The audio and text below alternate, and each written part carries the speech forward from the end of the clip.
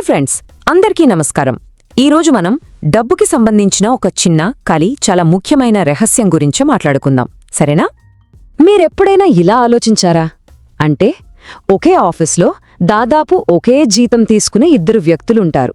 కానీ కొన్నేళ్ల తర్వాత చూస్తే వాళ్ల ఆర్థిక పరిస్థితుల్లో చాలా తేడా ఉంటుంది.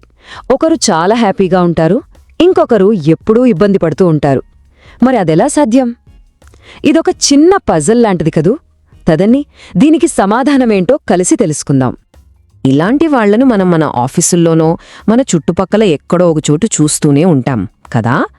ఒకరేమో ఎప్పుడు డబ్బు గురించి ఆందోళన పడుతూ నెల చివరి ఎప్పుడొస్తుందా అని చూస్తూ ఉంటారు. కాని ఇంకొకరు అదే జీతంతో చాలా ప్రశాంతంగా, ఆర్థికంగా స్థిరంగా ఉంటారు. అసలు ఎందుకిలా జరుగుతోంది? చూడండి, దీనికి కారణం ఏంటంటే మనలో చాలా మందికి డబ్బు గురించి ఒక పాత ఆలోచన విధానం ఉంటుంది, ఒక పెద్ద అపోహ అన్నమాట. అదే ఈ సమస్యకు అసలు కారణం. మరి ఆ అపోహ ఏంటో ఇప్పుడు చూద్దాం. మనలో చాలామంది ఇలానే అనుకుంటాం కదండి, డబ్బు బాగా సంపాదించాలంటే మనం లెక్కల పరీక్షలో టాపర్ వచ్చినంత తెలివైన వాళ్ళయ్యుండాలని, నాకు అన్ని ఫార్ములాలు తెలిస్తేనే నా డబ్బు పెరుగుతుందని. కానీ ఇలా ఆలోచించటం వల్ల ఏమవుతుందంటే మనపై మనకే ఒత్తిడి పెరిగిపోతుంది, మనల్ని మనం తక్కువగా అంచనా వేసుకోవడం మొదలుపెడతాం. అయితే అసలైన రహస్యమేంటో తెలుసా? ఇది వింటే మీకు చాలా సంతోషం వేస్తుంది, ఒక గుడ్ న్యూస్ లాంటిది. డబ్బు విషయంలో మనం సక్సెస్ అవ్వడానికి మన తెలివితేటల కన్నా మన ప్రవర్తనే చాలా ముఖ్యం. చూడండి, పాత ఆలోచన ఏమో డబ్బు అంటే లెక్కలు అనుకుంటుంది. కానీ ఈ కొత్త ఆలోచన ప్రకారం డబ్బు అంటే మన ప్రవర్తన. అంటే మన సక్సెస్ అనేది మనం ఎంత తెలివైన వాళ్లమనే దానిమీద కాదు, మన చిన్న చిన్న రోజువారీ అలవాట్ల మీద ఆధారపడి ఉంటుంది.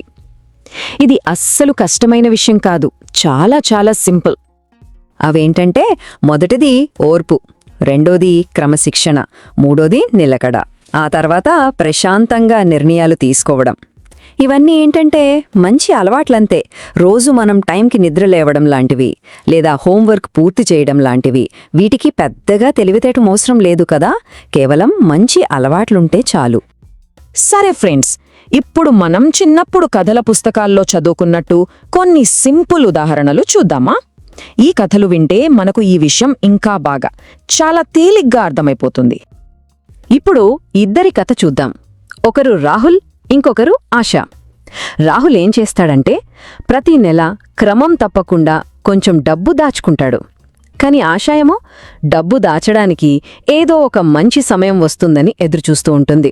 ఇది అచ్చం మనం చిన్నప్పుడు పాకెట్ మనీలో రోజూ కొంచెం దాచుకోవడం లాంటిదే. కొన్ని సంవత్సరాల తర్వాత ఏమైందంటే రాహుల్ దగ్గర డబ్బు పెరిగింది. దానితో పాటే తన పొదుపు చేసే అలవాటు కూడా ఇంకా బలపడింది. మరి ఆశా తాను ఇంకా ఆ మంచి సమయం కోసమే ఎదురుచూస్తూ ఉండిపోయింది. చూసారా, రాహుల్ చేసిన చిన్న పని అతని మంచి ప్రవర్తనే ఎంత పెద్ద తేడాని తీసుకొచ్చిందో. సరే, ఇప్పుడు ఇంకో కథ చూద్దాం. అరవింద్, మనోజ్ ఇద్దరూ ఉద్యోగులే. అరవింద్ ఏం చేస్తాడంటే నిలకడగా ప్రతీ నెలా తన జీతంలో కొంచెం డబ్బుని ఇన్వెస్ట్ చేస్తాడు. కాని మనోజ్ ప్లాన్స్ అయితే చాలా వేస్తాడు, కాని ఎక్కడ నష్టపోతానో అని భయంతో అస్సలు మొదలుపెట్టడు. ఒక 10 సంవత్సరాల తర్వాత చూస్తే అరవింద్ ఆర్థికంగా చాలా కాన్ఫిడెంట్గా ఉంటాడు. కాని మనోజ్ మాత్రం అదే ఆందోళనతో అక్కడే ఉండిపోతాడు. ఇక్కడ గమనించాల్సిన విషయం ఏంటంటే ఇద్దరి జీతం ఒకటే, కానీ వాళ్ల ప్రవర్తన వేరు. చూసారా, అసలైన పాఠం ఇదే. ఈ చిన్న కథ చూడండి. ఒకే నేల మీద ఒక చిన్న విత్తనముంది, ఒక రాయి కూడా ఉంది. రెండిటికీ ఒకే సూర్యరశ్మి, ఒకే వర్షం. కాని విత్తనం మాత్రమే పెరుగుతుంది, ఎందుకంటే అది ఓర్పుతో స్పందిస్తుంది. డబ్బు విషయం కూడా అచ్చమిలాంటిదే. మన చుట్టూ ఉన్న పరిస్థితులు ఒకేలా ఉండొచ్చు, కాని మన ప్రవర్తనే మన ఎదుగుదలను నిర్ణయిస్తుంది. మనందరికీ స్ఫూర్తినిచ్చే డాక్టర్ ఏపీజే అబ్దుల్ కలాం గారిని చూడండి. ఆయన చాలా సాధారణ కుటుంబం నుంచి వచ్చారు. ఆయన నేపథ్యం గొప్పది కాదు, కాని ఆయన క్రమశిక్షణ, ఏకాగ్రత, ఇలాంటి గొప్ప ప్రవర్తనే ఆయన జీవితాన్ని మార్చేసింది. అంటే మనం ఎక్కడ మొదలుపెట్టామన్నది ముఖ్యం కాదు, మన అలవాట్లే మనల్ని గొప్పవాళ్లం చేస్తాయి. ప్రపంచంలోనే అత్యంత విజయవంతమైన ఇన్వెస్టర్లలో ఒకరైన వారెన్ బఫెట్ గారిని చూసినా మనకి ఇదే రహస్యం కనిపిస్తుంది.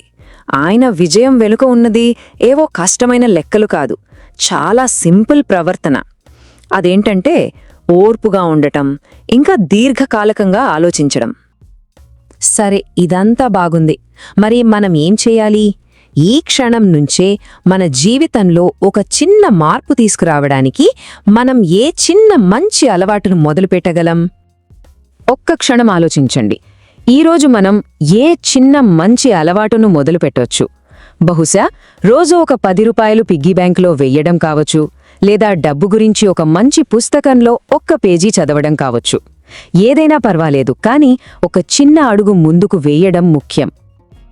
ఈ మాటను మన మనసులో బలంగా నాటుకోవాలి. నా ప్రవర్తనను నియంత్రిస్తే నా ఆర్థిక భవిష్యత్తును నేను నియంత్రించగలను అని. వీలైతే దీన్ని ఒక చిన్న కాగితంపై రాసిపెట్టుకోండి, లేదా మీ ఫోన్ వాల్పేపర్గా పెట్టుకోండి. అది మనకు ప్రతిరోజు గుర్తు చేస్తూ ఉంటుంది. ప్రతిరోజూ ఉదయం నిద్ర లేవగానే మనకు మనమే ఇలా చెప్పుకుందాం: నేను ఓర్పుతో ఉన్నాను, నేను క్రమశిక్షణతో ఉన్నాను, నేను ప్రతిరోజూ మెరుగుపడుతున్నాను, నా ఆర్థిక జీవితం రోజురోజుకి బాగుపడుతుంది. ఇదొక చిన్న ప్రార్థన లాంటిది. మన రోజును ఒక మంచి ఆలోచనతో మొదలుపెట్టినట్టు ఉంటుంది. నెమ్మదిగా మన ఆలోచన విధానంలోనే మార్పొస్తుంది. చివరగా ఈ ఒక్క మాట గుర్తుపెట్టుకుందాం. మనం ఇప్పటిదాకా మాట్లాడుకున్న అన్ని విషయాల సారాంశం ఇదే: మన లోపల క్రమశిక్షణ పెరిగినప్పుడు బయట డబ్బు కూడా పెరుగుతుంది. గుర్తుంచుకోండి ఫ్రెండ్స్, రోజూ మనం నేర్చుకునే చిన్న చిన్న విషయాలే ఒకరోజు మనకు పెద్ద విజయాన్ని అందిస్తాయి. ఈ చిన్న మార్పు మనందరి జీవితంలో ఒక పెద్ద సంతోషాన్ని తీసుకురావాలని మనస్ఫూర్తిగా కోరుకుంటున్నాను.